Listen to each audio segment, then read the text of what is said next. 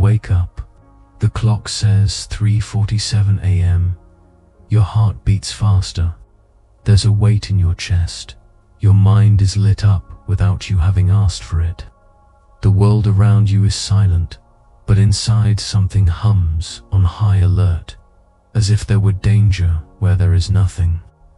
You try to go back to sleep, but the body doesn't obey it, insists on keeping you awake, watching the emptiness. This awakening is not random. It's not common insomnia, nor bad luck, nor weakness of your mind.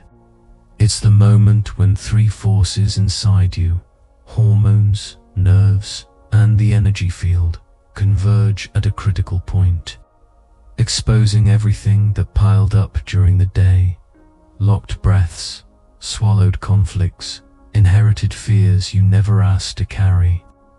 Your body is trying to warn you about something specific, and over the course of this video, you're going to understand exactly what it's trying to say. Further ahead, you're going to discover where this awakening is recorded in your own body, the exact point that holds this tension, and how to release it all at once.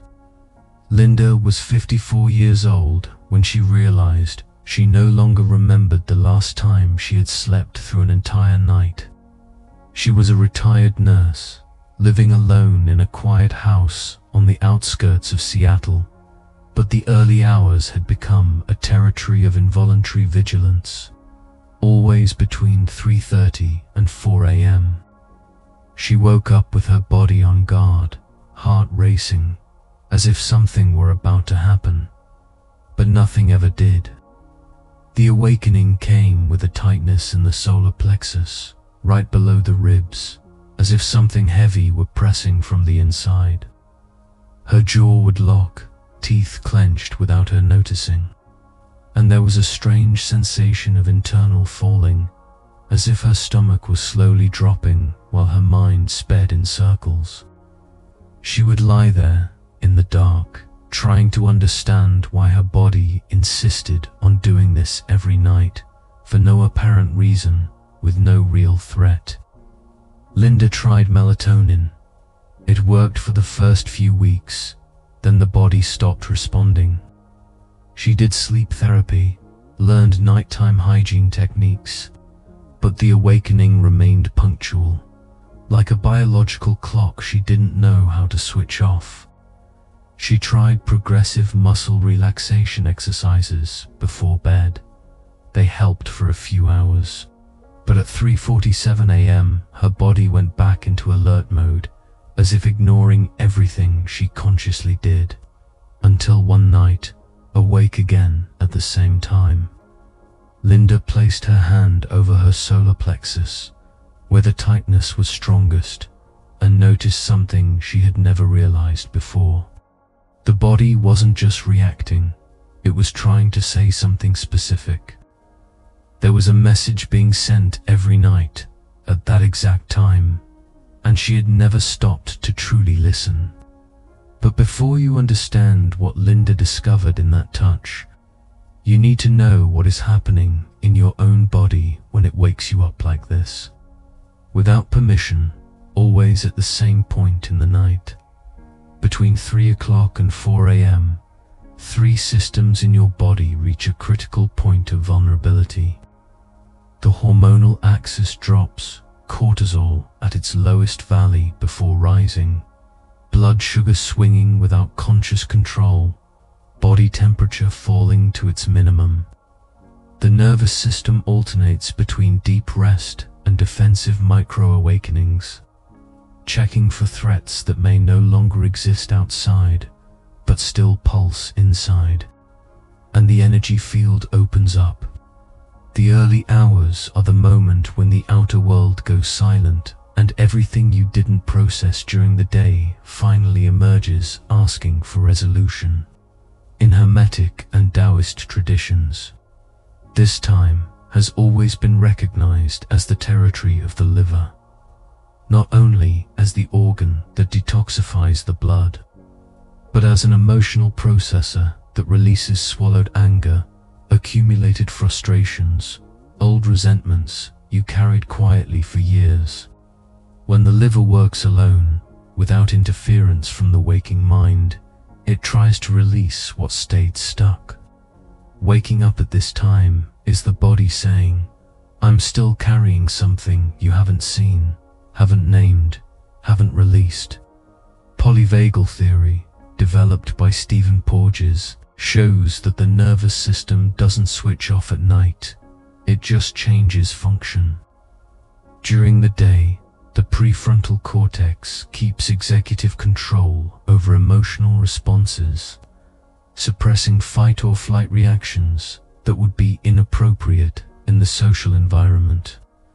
At night, when this control relaxes, the nervous system can finally check whether there are unresolved threats in the internal record.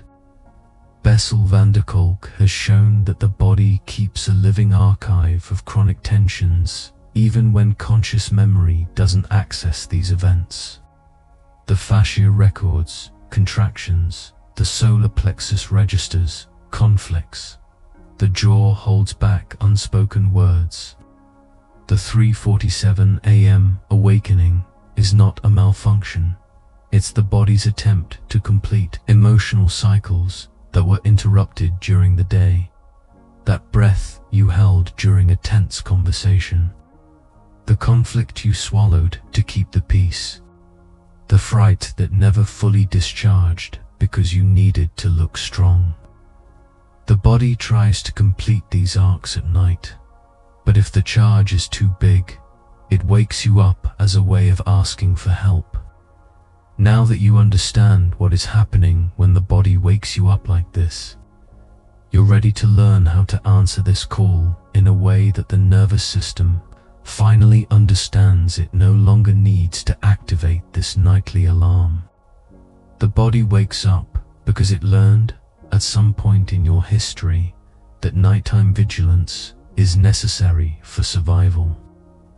Maybe you grew up in an unpredictable environment where waking in the early hours was a way to anticipate danger. Maybe you lived through periods of crisis in which entire nights were spent on alert. The nervous system recorded this pattern and keeps it active even decades later, because its primary function is not to make you happy, it's to keep you alive. You're going to teach it that it doesn't have to do this anymore. Before sleep, set aside 3 minutes to prepare the body. Sit or lie down comfortably. Bring your right hand to your solar plexus, just below the ribs, and your left hand to your chest. Feel the warmth of your palms on your skin. This is not a casual posture. You are creating a direct dialogue between awareness and tension, between presence and internal alarm. The touch informs the body that someone is here, attentive, taking care. Inhale deeply, counting to 4. Hold the air for 2 counts. Exhale, counting to 6, letting the air out slowly, as if you were blowing on a candle without putting it out. Feel the chest lower, the abdomen soften, the shoulders relax a bit more with each cycle. The prolonged exhale is not just a relaxation technique, it directly activates the vagus nerve, informing the nervous system that the environment is safe, that there is no imminent threat, that it can finally let its guard down. You may notice heat building under your palms, as if something was starting to pulse there, or a weight descending, releasing the invisible armor you were carrying without realizing, or a gentle pulsing where there was rigidity before, as if the body were finally allowing itself to feel. These are not imagined sensations. They are real signs that the nervous system is shifting from a defensive state to a resting state. Pay attention to them. They are the language the body speaks when it feels it is being heard. As you breathe, say internally or in a low voice, "My body is safe, I can rest." There is nothing I need to watch over tonight.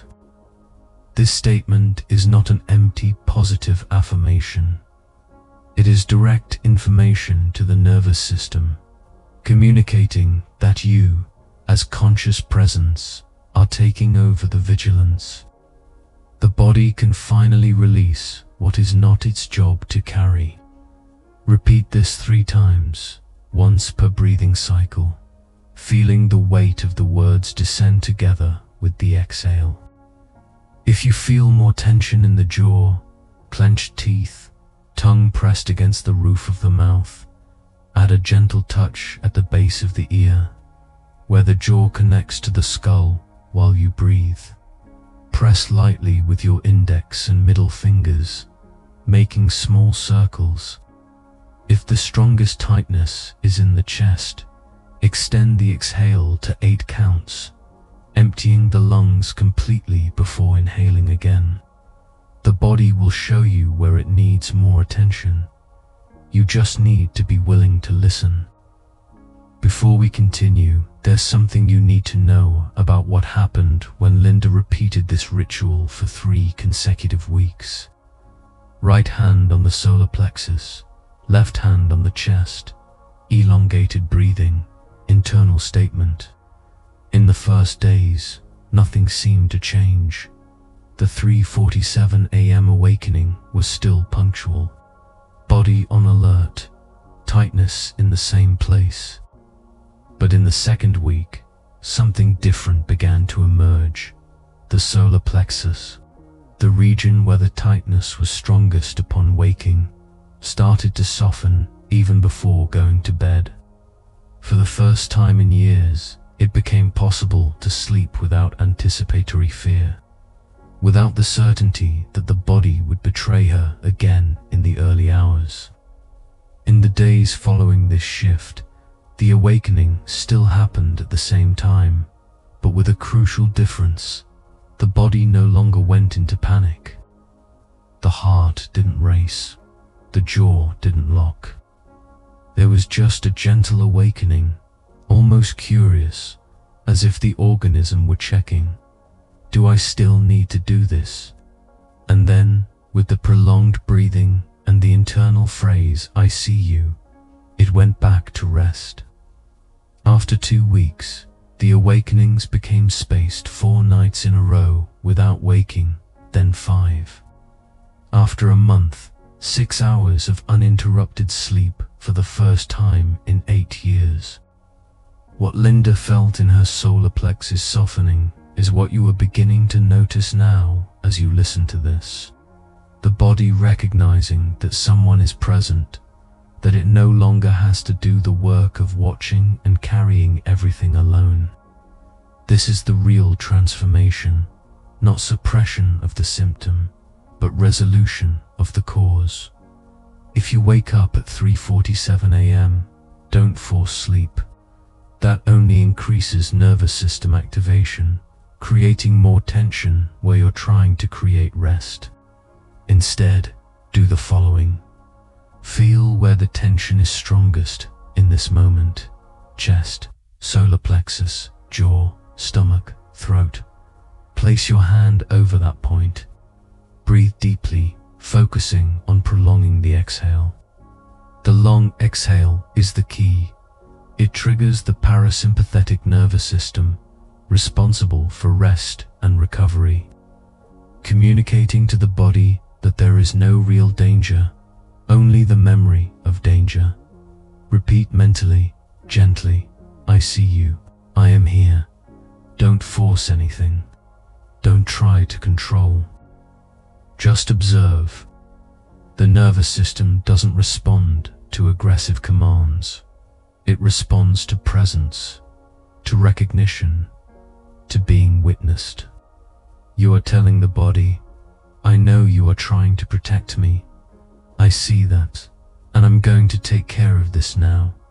After 3 to 5 breathing cycles, you will probably feel a small internal shift. The chest softens, the stomach drops, the shoulders let go. This is the sign that the nervous system has received the message, I've been recognized. I can relax now. The two parts of the practice connect like gears in the same mechanism. The nighttime preparation reduces the frequency of awakenings, teaching the body that the environment is safe even before you fall asleep.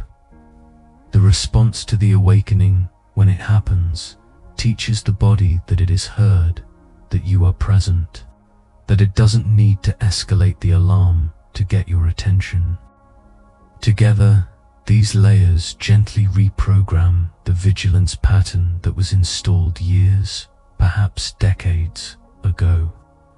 With repetition, night after night, week after week, the need to wake up gradually decreases, not because you suppressed the symptom, but because you addressed the cause.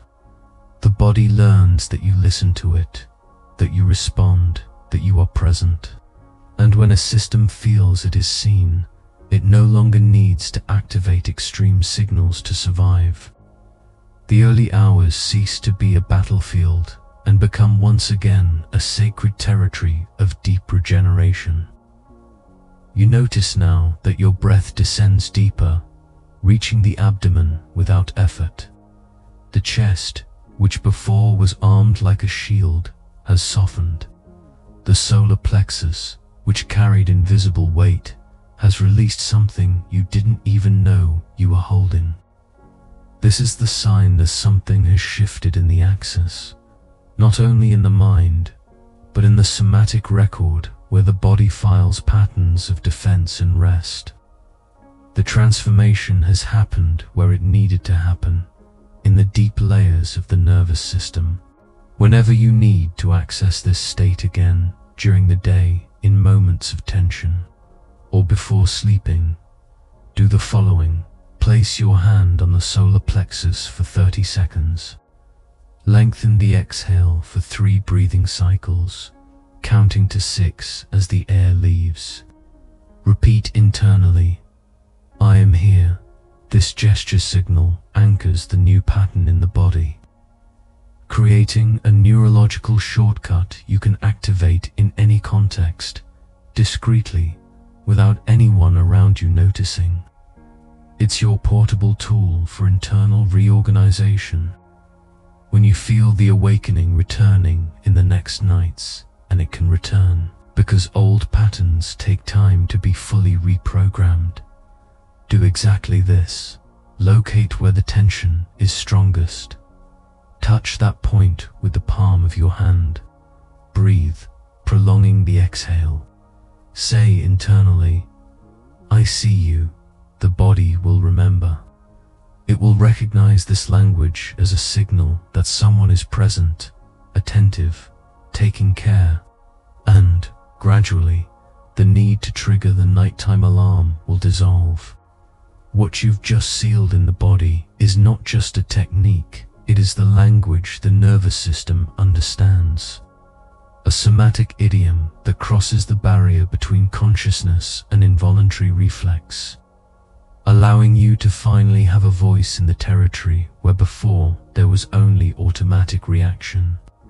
You now carry an understanding that changes how you relate to your own body. When it wakes you at 3:47 a.m., you no longer go to war, you listen. And when a system feels it is seen, it no longer needs to activate extreme alarms to get attention.